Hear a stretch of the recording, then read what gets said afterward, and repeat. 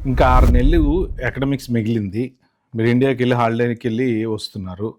ఎయిర్‌పోర్ట్‌లో మీ సోషల్ మీడియానో, లేపోతే మీ వాట్సాప్ గ్రూప్‌లో, లేపోతే సీబీపీ ఆఫీసర్‌లు చూడొచ్చు కదా! ఏదైనా. చూసి వాళ్ళకేదో అనుమానం వచ్చింది. డిపోర్ట్ చేశారు. అంటే ఇప్పుడిక్కడ మీరు లోన్ తీసుకొని, కష్టపడి అమెరికా ఎళ్లి చదువుకుంటున్న టైంలో ఏదో ఇంట్లో పెళ్ళికో, పేరంటానికో, దానికో, దీనికో ఎళ్లి హాలిడేస్ వచ్చినాయని చెప్పేసి ఎళ్లి వస్తున్న టైంలో మిమ్మల్ని డిపోర్ట్ చేశారనుకోండి. ఎలా ఉంటది పరిస్థితి? సో, రియల్ ఇన్సిడెంట్ ఒకటి జరిగింది. అట్లాంటా ఎయిర్‌పోర్ట్‌లో జరిగినటువంటిది. అంటే ఇది ఆహ్, హ్మ్, ఎలా ప్రూవ్ అయిందా? కాలేదా? అథెంటిసిటీ ఏంటి? అంటే మోస్ట్ ప్రాబబ్లీ ఇది అన్ని న్యూస్ పేపర్స్‌లో వచ్చింది. నేను మీకు times of India article news paper కింద లింక్ డిస్క్రిప్షన్‌లో పెడతా. ఎందుకంటే ఇది ప్రూవెన్ అనమాట. అంటే ఏం జరిగింది అనేది ఎవరికీ తెలీదు. కాకపోతే స్టోరీ మాత్రం చాలా చోట్ల వచ్చింది. సో, అది ఏంటి? ఎందుకు అతను ఆ స్టూడెంట్‌ని ఎలా పట్టుకున్నారు? ఏం ట్రేస్ చేశారు? ఏం చెక్ చేశారు? అనే డీటెయిల్స్ ఈ పర్టిక్యులర్ వీడియోలో చెప్తా. లాస్ట్ వరకు చూడండి. Very important video. వీలైతే ఒక నలుగురు స్టూడెంట్స్‌కి, ఎఫ్1 వాళ్ళకి, ఓపీటీ వాళ్ళకి, స్టెమ్ ఓపీటీ వాళ్ళకి ఈ వీడియోని షేర్ చేయండి. ఎందుకంటే ఇలాంటి సిట్యుయేషన్ ఎవరికీ రాకుండా చూసుకుంటారన్న ఉద్దేశ్యంతోటి నేను పర్టిక్యులర్ వీడియో చేస్తున్నా. ఇంకా టాపిక్‌లోకి వెళ్తే ఫస్ట్ ఆఫ్ ఆల్ జరిగింది ఏంటి అంటే ఒక ఎఫ్1 స్టూడెంటు ఇండియాకి హాలిడేస్‌కెళ్ళి తిరిగి వస్తున్న టైంలో అట్లాంటా ఎయిర్‌పోర్ట్‌లో అతని వాట్సాప్ చెక్ చేశారు. జనరల్‌గా సోషల్ మీడియా. వాట్సాప్ చెక్ చేసినప్పుడు వాట్సాప్‌లో అతను ఒక 2, 3 వాట్సాప్ గ్రూపులలో ఉన్నాడనమాట. సో, ఆ వాట్సాప్ గ్రూపులు ఏంటి అంటే, ఆ గ్రూపులలో జరిగినటువంటి డిస్కషన్. ఏంటి అంటే దాంట్లో ఉంటాయి గదా! కొన్ని కొన్ని మన తెలుగు వాళ్ళ గ్రూపులు, ఇంకో గ్రూపులు, స్టూడెంట్ గ్రూపులు, కాలేజ్ గ్రూపులు ఇలా ఉంటుంటాయి గదా! దాంట్లో ఇప్పటివరకు ఉన్నటువంటి ఇన్ఫర్మేషనే. అసలు కరెక్ట్‌గా ఏం జరిగింది అనేది మాత్రం ఎవ్వరికీ తెలీదు. న్యూస్ ఆర్టికల్‌లో గూడా ఇదే రాశారు. ఏం జరిగిందో కరెక్ట్ తెలీదు గానీ, ఈ 2 విషయాలైతే బయటకొచ్చినాయి. ఆ స్టూడెంట్ తోటి ఎవరో ఒకతను మాట్లాడిన విషయం ఇన్‌స్టాగ్రామ్‌లోనో ఎక్కడో షేర్ జేస్తే, ఆ షేర్ జేసింది ఇలాగా మొత్తం అన్ని న్యూస్ పేపర్‌లలో వచ్చిందనమాట. ఈవెన్ పెద్ద పెద్ద న్యూస్ పేపర్‌లలో గూడా వచ్చింది. ఒకటేంటంటే రైడ్ రిలేటెడ్ ఇన్ఫర్మేషను. ఇంకొకటి ఎకడమిక్స్‌కి సంబంధించినటువంటి ఈ రైడ్ రిలేటెడ్ గ్రూపు, ఎకడమిక్స్ సంబంధించినటువంటి గ్రూప్స్‌లలో ఇతను ఉన్నాడంట. జనరల్‌గా వీటి వల్ల ఏమన్నా ప్రాబ్లమ్ ఉందా అంటే యెస్ ఉంటుంది. ఖచ్చితంగా ఉంటుంది. సో, ఏంటి రైడ్ రిలేటెడ్ ఏంటి? ఎకడమిక్స్ రిలేటెడ్ ఏంటి? నేను ఈ వీడియోలో అయితే చెప్తా. సో, ఆ రీజన్ కింద అందులో జరిగినటువంటి యాక్టివిటీస్ చూసిన తర్వాత అతన్ని పంపించేశారు. అయితే ఇక్కడ ఫస్ట్ ఆఫ్ ఆలు నాకు గూడా ఇలాగ ఇద్దరు, ముగ్గురు డిపోర్ట్ అయిన వాళ్ళు మెసేజ్‌లు పెట్టారు. మా తప్పేం లేదు సార్. మేమేం చేయలేదు సార్. అయినా మమ్మల్ని డిపోర్ట్ చేసేసారు సార్ అని. ఎవరైనా సరే, ఇగో నేను ఈ తప్పు చేశా. నన్నిందుకు డిపోర్ట్ చేశారు అని ఎవ్వరు చెప్పరు. అదొక్కటి గుర్తుపెట్టుకోండి. మీరు జనరల్‌గా కామెంట్లు కూడా పెడుతుంటారు. అథెంటిసిటీ ఉందా? నువ్వు చూసావా? నీకు తెలుసా? అంటే ఏ డిపోర్ట్ అయినోడొచ్చి నేను పలానా తప్పు చేస్తే డిపోర్ట్ అయ్యానని చెప్తారండి? ఎంతమంది అమెరికా నుంచి ఇండియాకి హాలిడేస్‌కి వచ్చి వెనక్కెళ్ళే వాళ్ళు చాలా మందున్నారు. ప్రాబ్లమ్ లేకుండా. మరి వాళ్ళందరు గారే డిపోర్టు. అమెరికా నుంచి ఇండియా వెనక్కెళ్ళిన ప్రతివోడు డిపోర్ట్ గారే. డిపోర్ట్ ఎవరైతున్నారంటే ఖచ్చితంగా ఏదో ఒక ఇష్యూ ఉంటేనే డిపోర్ట్ అవుతారు. వీసా రివోక్ అయ్యుంటే డిపోర్ట్ అవుతారు. సోషల్ మీడియా యాక్టివిటీ ఉంటే డిపోర్ట్ అవుతారు. సో, ఇప్పుడు చెప్తా ఇనండి. సో, ఒకటేంటంటే ride related issues. Ride related issues ఏంటంటే క్యాబింగ్ రిలేటెడ్. ఊబర్ జనరల్‌గా చాలామంది స్టూడెంట్స్ చేసేదేంటో తెలుసా? ఓపీటీ, స్టెమ్ ఓపీటీ వాళ్ళు జాబులు దొరకని వాళ్ళు, వీళ్ళు ఎళ్లి స్టూడెంట్లు పార్ట్ టైమ్ జాబులకెళ్తుంటారు గదా! వాళ్ళని ఈ రైడ్‌లో తీసుకెళ్ళి దింపుతూ ఉంటారట. సో, నాకెవరో చెప్పారు. మరి ఇది ఎంతవరకు నిజమో నాకు తెలీదు గానీ, ఆహ్, హ్మ్, వీళ్ళకి జాబ్ ఉండదు. వీళ్ళేం చేస్తారంటే ఒక వ్యాన్ కొనుక్కుంటారట. 8 సీటరో, 7 సీటరో వ్యాన్ కొనుక్కొని కొంతమందిని ఎక్కించుకొని పొద్దున్నే ఏదో ఫ్యాక్టరీలోకో దూరంగా ఇప్పుడు న్యూ జెర్సీ ఉంది ఫర్ ఎగ్జాంపుల్. న్యూ జెర్సీ నుంచి ఒక గంట జర్నీ ఉందనుకోండి. ఆ గంట జర్నీలో ఎళ్లి వీళ్ళు దింపటము, మళ్ళీ సాయంత్రం వాళ్ళు పికప్ చేసుకోవటము. సో, వాళ్ళు ఏంటంటే ఎక్కడ జాబ్ చేస్తున్నట్టు తెలియకుండా ఉండటం కోసం వాళ్ళు గూడా ఇలా ఎళ్తారట. మరి ఇది ఎంతవరకు కరెక్ట్ అనేది తెలీదు. సో, ఇది రైడ్ రిలేటెడ్ ఇన్ఫర్మేషనే అనమాట. లేదు అంటే దీంట్లో పాజిటివ్స్, నెగెటివ్స్ 2 చూడొచ్చు. పాజిటివ్స్ ఏం చూడొచ్చు అంటే నేను కాలేజీ నుంచి వెళ్తున్నా can somebody give me lift అనొచ్చు. లేకపోతే నేను రేపు మార్నింగ్ నేను కాలేజ్‌కెళ్ళాలి. So, can I share a cab with anyone అనొచ్చు. షేర్ ఎ క్యాబ్ అంటే తప్పేముంది మనం క్యాబ్‌లో కాలేజ్‌కెళ్తున్నాము. డ్రైవింగ్ అందరికి రావాలని లేదుగా. డ్రైవింగ్ రాని వాళ్ళు గూడా ఉంటారుగా. అలాగా ఎవరైనా షేర్ గూడా అడగొచ్చు. సో, ఇది పాజిటివ్ సైడ్. నెగెటివ్ సైడ్ చూసుకుంటే ఓకే. నేను మిమ్మల్ని పలానా చోట డ్రాప్ చేస్తా. మీరు నాకింత డబ్బులియ్యండి. అంటే ఈ డబ్బులు లేదు మనము ఎళ్దాము, షేర్ చేసుకుందాము.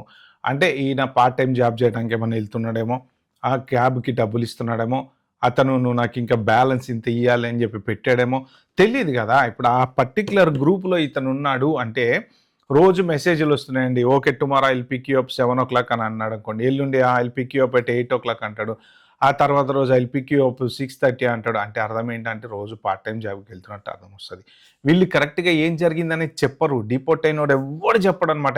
చిచి నేను తప్పు చేయలే, నాకు అసలు ఏం తెలీదు, ఆయన నన్ను డిపోర్ట్ చేశారంటారు అనమాట. సో ఇదే ఎందుకు వాళ్ళేం సిబిపి ఆఫీసర్లు అంత ఈజీగా ఎవరిని డిపోర్ట్ చేయరండి. ఏ తప్పు లేకుండా వాళ్ళు కూడా చేయరు. ఏదో ఒకటి ఉంటేనే చేస్తారు. వాళ్ళు ఏదో కక్ష కట్టుకొని అందరిని పంపించేయాలి అని కూర్చోరు అక్కడ. వాళ్ళకి 190 పనులుంటాయి. పొద్దున్న లేస్తే కొన్ని వేల లక్షల మంది ఎయిర్పోర్ట్లలో వస్తుంటారు, పోతుంటారు. రికార్డ్స్ అన్నీ క్లీన్ ఉంటాయి. వాళ్ళు ఎందుకు ఆపుతారు? మన స్టూడెంట్స్ బోల్డ్ మంది వస్తున్నారు, పోతున్నారు. అందరినీ డిపోర్ట్ చేస్తున్నారా? సో ఇలాగ రైడ్లు ఇన్ఫర్మేషన్లలో ఉన్న వాటిలలో ఏదన్నా డెఫినెట్గా ఇతను క్యాబ్ నడపడమో, లేకపోతే క్యాబ్ షేర్ చేసుకోవడమో, లేకపోతే పార్ట్ టైం జాబ్‌లకి వెళ్ళడమో అయ్యి ఉంటదనమాట.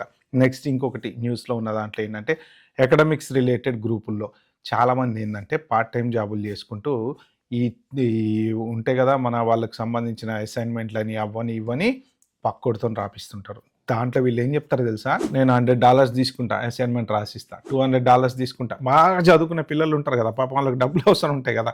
వాళ్ళు ఏం చేస్తారంటే ఇగో ఇట్లా పార్ట్ టైం జాబులు చేసుకున్న వాళ్ళకి అసైన్మెంట్లు రాసిస్తారనమాట. సో అలాగా వాళ్ళకి అసైన్మెంట్లు రాసిచ్చి డబ్బులు తీసుకోవటం. ఇంకా కొంతమంది ఏంటంటే నీకేమైనా సలహాలు ఇవ్వాలంటే చెప్పు, నేను $100 ఛార్జ్ చేస్తా. ఓపీటీ ఎట్లా అప్లై చేయాలో చెప్పు, నేను $50 ఛార్జ్ చేస్తా. డబ్బు మనోళ్ళ దగ్గర సంపాదిస్తుంటారు. డబ్బు సంపాదించడానికి కర్ణుడి చావుకి ఏదో 1,00,000 కారణాలు అంటారు చూసారా? అలాగా డబ్బు సంపాదించడానికి కూడా 1,00,000 దారులు అనమాట. ఈవెన్ ఇన్స్టాగ్రామ్లలో, సోషల్ మీడియాలలో వాళ్ళు కొత్తగా వచ్చేటువంటి స్టూడెంట్స్కి సబ్స్క్రిప్షన్ పెట్టి సలహాలు ఇస్తూ ఉంటారు. ఖచ్చితంగా ఇది కూడా చేయకూడదు రూల్ ప్రకారం.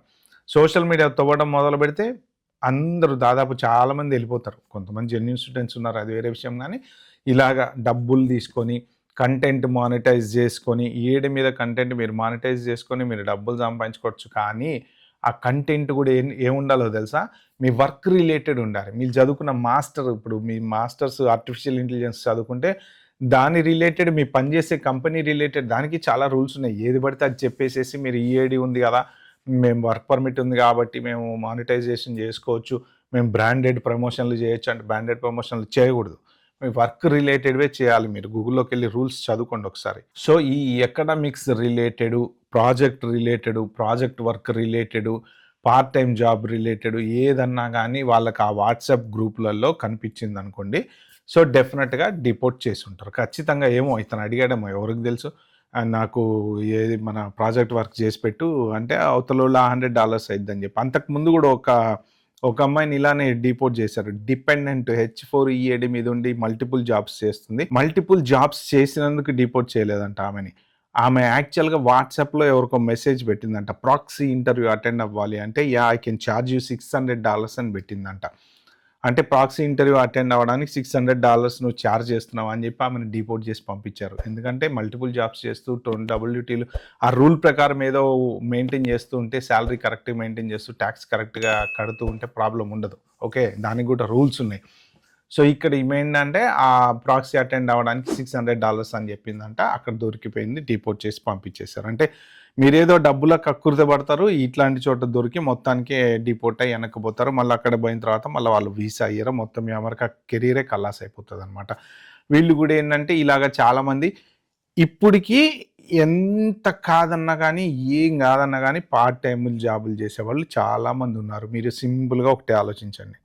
3 లక్షల మంది స్టూడెంట్స్ దగ్గర సంవత్సరానికి ఇయర్ తగ్గింటారు.